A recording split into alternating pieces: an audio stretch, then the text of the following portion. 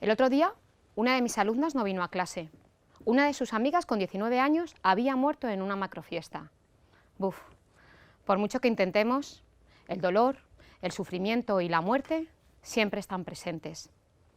Nos sentimos débiles, nos sentimos vulnerables. Es difícil enfrentarse a ella. Cada uno intenta solventarla como puede.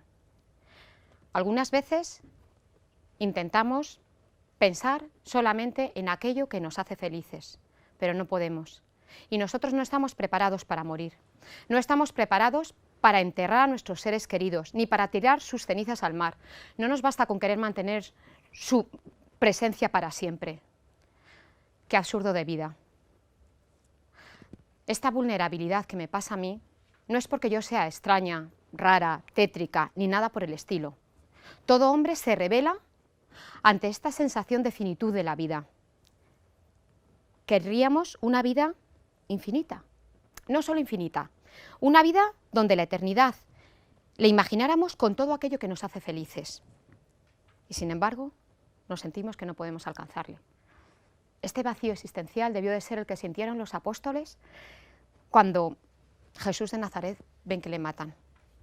A ver, el hijo de carpintero se había presentado ante ellos dándoles esperanzas. Podría ser un sentido para sus vidas.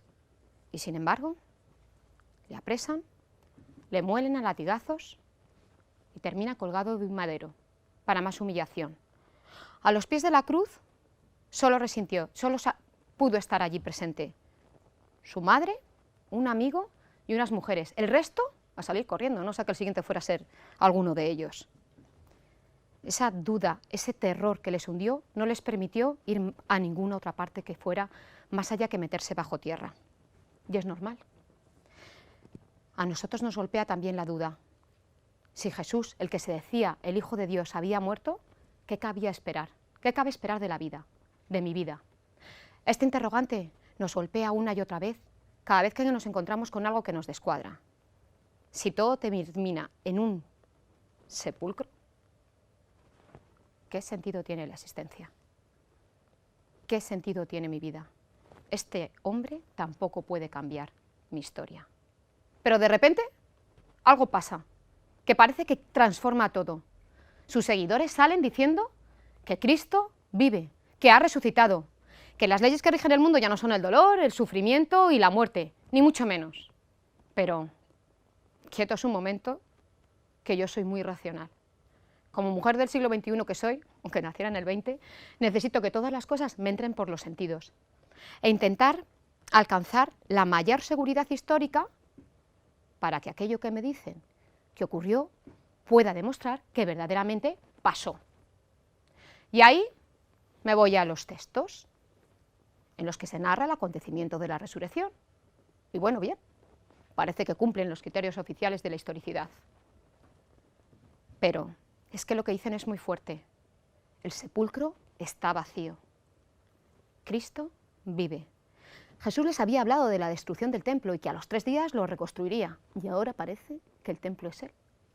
Esto es verdaderamente rarísimo.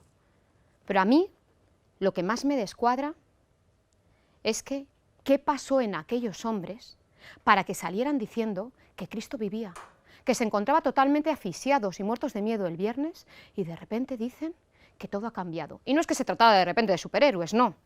Acordémonos que uno de ellos es Pedro, que le había negado, que mirándole a los ojos le traicionó, que debió ser muy fuerte. Vio cómo lo apresaban, cómo le mataban. Y ahora de repente dice que vive, que no lo habíamos entendido, señores, que la historia terminaba bien, que Cristo ha vencido a la muerte. Debió de ser algo tan sumamente extraordinario que les hizo pasar de ese viernes asfixiante en el que estaban muertos de miedo, a un domingo en el que salen exultantes de alegría, el domingo de resurrección. Algo extraordinario y de tal calibre que no les quedó más narices que salir a contarlo. Pero sigamos un poco más y vamos a intentar ver si podemos analizar la resurrección.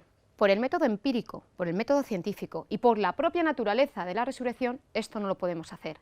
Ahora, lo que sí podemos analizar y seguir con la historicidad y un análisis científico de lo que allí ocurre, es el testimonio de aquellos apóstoles, de los primeros hombres que le ven.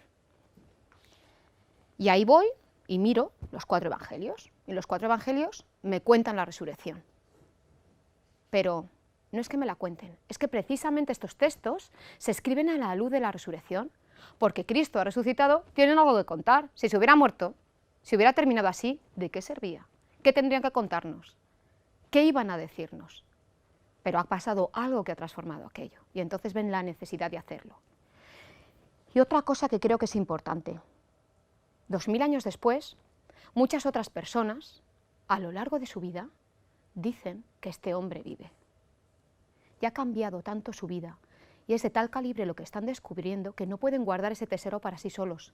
Y lo que hacen es también salir a anunciarlo. Vamos a ver si encontramos alguna hipótesis que nos permita analizar el origen del cristianismo a partir de este sepulcro vacío, teniendo en cuenta otras cosas. Y ahí creo que podemos ver 4 hipótesis. Los apóstoles engañaron.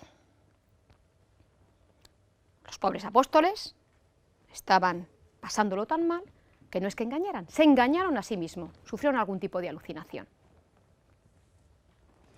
A partir de unos datos se pudo construir una leyenda, o bien que fuera verdad. Vamos a empezar por la primera. Los apóstoles engañaron. Se encontraron en unos momentos que estaban totalmente deprimidos, venidos abajo. Jesús había muerto. Dijeron, mira, no, esto no puede ser así. Vamos a inventar otra historia, un final feliz. Y ahí vamos a empezar analizando quiénes fueron los testigos de este embrollo. Y me encuentro que fueron las mujeres. Primer error. Mujeres. ¿Cómo las mujeres iban a ser los testigos de la resurrección? Si en aquel momento ni siquiera podían declarar en un juicio. ¿Por qué? Falsas, poco constantes. No había posibilidad de que su palabra fuera firme. ¿Quién las iba a creer? Pronto se dieron cuenta del error y dijeron, hay que buscar un portavoz que sea respetable. Vamos a ver quién tiene credibilidad en la comunidad para que él nos cuente la historia. Y va a ser que no, porque los que siguieron testimoniando aquello fueron los apóstoles, hombres normales, corrientes, más en aquellos momentos acobardados, apocados, muertos de miedo. Puestos a mentir, haber elegido otro tipo de testigos más fiables, ¿no? Seguimos y vamos a ver. Los testigos no eran muy creíbles, pero es que lo que decían estaba esperando todo el mundo que sucediera. Y de nuevo, parece que agua. Lo que pasó en aquel momento fue inconcebible para la gente. ¿Por qué? Lo que se encuentran es una resurrección. No se había oído hablar de aquello. No cabía en el pensamiento de la época, ni siquiera tampoco en el pensamiento judío. ¿Había pasado algo parecido? Un tal Lázaro había revivido para después volver a morir. Ahora no, estamos hablando de la resurrección. Alguien que había roto el espacio, el tiempo y había vencido a la muerte. Y además nos encontramos con que el sepulcro estaba vacío. ¿Qué había pasado? ¿Habían ido los apóstoles, los seguidores de aquel Jesús, y habían robado el cadáver? ¿Estos supuestos embusteros? ¿Cómo lo hicieron? Estaba custodiado por guardias romanos, armados probablemente hasta los dientes. Y de repente aquellas personas que no habían dado ningún síntoma hasta entonces de valentía, se arrojan a pecho descubierto a luchar con los guardias, roban el cadáver y consiguen el éxito que ellos querían. Y de esto no nos ha quedado nada, como aquellos pobres romanos habían caído por intentar defender el sepulcro ni nada, no hay textos que nos lo notifiquen. Pero no fue así la historia. Es que parece ser que los apóstoles estuvieron esperando a que los guardias romanos cayeran profundamente dormidos. Se acercaron hasta el sepulcro, movieron la piedra, entraron sigilosamente, cogieron el cuerpo y se fueron. Y si nosotros conocemos un poquito qué pasaba, aquellos guardias romanos, si hubieran caído dormidos tan profundamente, el castigo que les esperaba era la pena de muerte. Parece que muy razonable, no parece el planteamiento que estoy haciendo. Y otra cosa, ¿qué móvil tenían aquellos apóstoles para inventarse esta historia? Dinero, fama, triunfo, honor, mujeres, pues les salió el tiro por la culata, porque se encontraron con destierro, torturas y muerte, y la mayoría de las veces la muerte dolorosa. Todos esos hombres que habían urdido esa mentira fueron capaces de mantenerla hasta sus últimas consecuencias para perder su vida, sabiendo que era lo único que les quedaba. Seguir adelante con aquello, aguantar esas torturas y morir. ¿Ninguno de ellos habló? Como esta hipótesis no me convence, voy a pasar a analizar la siguiente. Alucinaron. Aquellos apóstoles no es que mintieran. Se encontraban, ya hemos dicho, anímicamente totalmente destrozados, psicológicamente por los suelos. Podían haber sido sugestionados a lo largo de la vida que habían pasado con Jesús de Nazaret. Y entonces, cuando le ven morir, alucinan. Creo que me voy a encontrar otra vez con una serie de dificultades insalvables. Vamos a ir viendo una a una. Jesús les había hablado de la resurrección, sí, en unas 3 ocasiones, y nunca lo entendieron, como para hacerlo. No son hombres muy dados a este tipo de historias. Uno de ellos, Tomás, quería meter los dedos en las llagas para ver si aquel era Jesús. ¿Qué nos diría un psiquiatra? Vayamos a consultar a un profesional. ¿Cumple esto las características de una alucinación? Lo primero que nos dirían es que las alucinaciones jamás van acompañadas de la duda. María Magdalena, los de Maús, los propios apóstoles, dudaban de lo que veían y oían, no le reconocían. Tenía que pasar un tiempo para que supieran que era el maestro. Cuando tú tienes un deseo muy fuerte dentro y lo proyectas, jamás dudas de tu imaginación, de lo que estás proyectando. ¿Cuánto dura una alucinación? ¿Algunas horas? Quizás con algún alucinógeno de última generación. Aquí estamos hablando de 40 días. Y más. Alucinaba 1, 2. Estamos hablando de alucinaciones múltiples, en distintas ocasiones y vividas por diferentes personas. De nuevo parece que no encuentro una salida. La leyenda. A partir de unos datos, son capaces de construir una leyenda como la que nos llega hasta ahora. Toca ponerse quizás un poco más teóricos.